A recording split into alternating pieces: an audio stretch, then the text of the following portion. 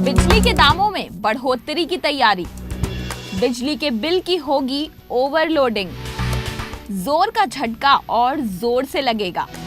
DERC, discom और दिल्ली सरकार की मिली भगत। भाजपा ने किया विरोध, उठाए कई सवाल। जवाब दे डीईआरसी, जवाब दे दिल्ली सरकार। आप देख रहे हैं युवा टीवी की खास पेशकश। अगर आप दिल्ली में कांग्रेस सरकार के भ्रष्टाचार, महंगाई, सुरक्षा, पानी और बिजली से जुड़े मुद्दों से परेशान हैं, तो इस सूचना आपकी इस परेशानी की आग में घी डालने का काम कर सकती है। पहले से ही बिजली की बड़ी कीमतों की मार झेल रही दिल्ली वासियों को एक बार फिर बिजली के बिल का जोर का झटका लगना तय माना जा रहा है। पेश है एक रिपोर्ट। डीईआरसी एक बार फिर बिजली के दाम बढ़ाने की तैयारी में है। डीईआरसी यानी दिल्ली इलेक्ट्रिसिटी रेगुलेटरी कमीशन ने सभी बिजली कंपनियों से उनका एआरआर यानी एनुअल रेवेन्यू रिक्वायरमेंट अर्थात वार्षिक राजस्व का ब्यौरा मंगवाया है। गौर करने वाली बात यह है कि डीईआरसी ने इन कंपनियों के खातों की ठीक से जांच तक नहीं कराई। भारतीय जनता पार्टी का आरोप है कि इन सभी बिजली कंपनियों ने फर्जी बैलेंस शीट डीईआरसी को उपलब्ध कराई हैं। अब डीईआरसी इन्हीं फ्रॉड बैलेंस शीट को आधार बनाकर दिल्ली में बिजली की दरों में बढ़ोतरी करने जा रही है। युवा टीवी अपने दर्शकों को बता दे कि दिल्ली में एक तरफ उपराज्यपाल ये कह रहे हैं कि बिजली कंपनियों के आने के बाद दिल्ली सरकार को 30,000 करोड़ रुपए का फायदा हुआ है, जबकि दूसरी ओर 8 बार बिजली के दाम बढ़ चुके हैं। वहीं डीईआरसी बिजली कंपनियों का पक्ष लेते हुए 20,000 करोड़ का बेल आउट पैकेज देने की बात कह रही है। बिजली के दाम बढ़ाए जाने से पहले इसका विरोध शुरू हो गया है।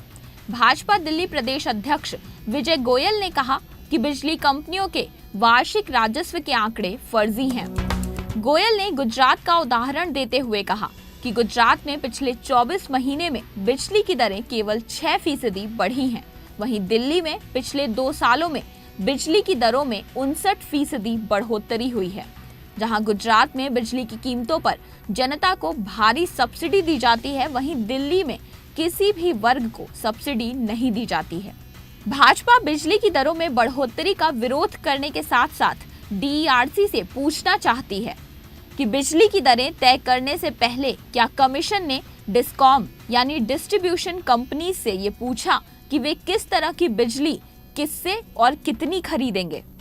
क्या कमीशन ने डिस्कॉम से ये पूछा कि वो कितनी बिजली का उपयोग घरेलू उपभोक्ताओं और कितनी बिजली का उपयोग कॉमर्शियल के लिए करेंगे?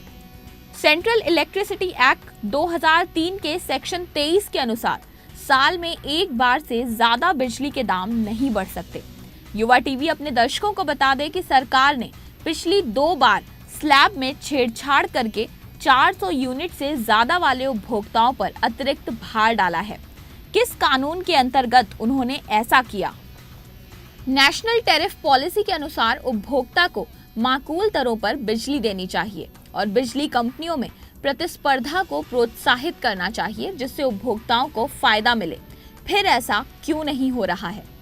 क्या ये सच है कि डीईआरसी के एक सदस्य जेपी सिंह इन 3 डिस्कॉम्स में से एक के निर्देशक हैं और उन्होंने ही इन कंपनियों की बैलेंस शीट्स को हरी झंडी दिखाई थी? इन सारे सवालों का जवाब दे डीईआरसी, जवाब दे दिल्ली सरकार। भारतीय जनता पार्टी काफी लंबे समय से दिल्ली में बिजली की बड़ी दरों को लेकर आंदोलन करती आई है। अब देखना ये होगा कि क्या डीईआरसी, दिल्ली सरकार और डिस्कॉम दिल्ली की जनता को कुछ राहत दे पाती है या फिर दिल्ली वासी एक बार फिर से बिल के ओवरलोडिंग से अपनी जेब का शॉर्ट सर्किट करवाने को मजबूर होते हैं।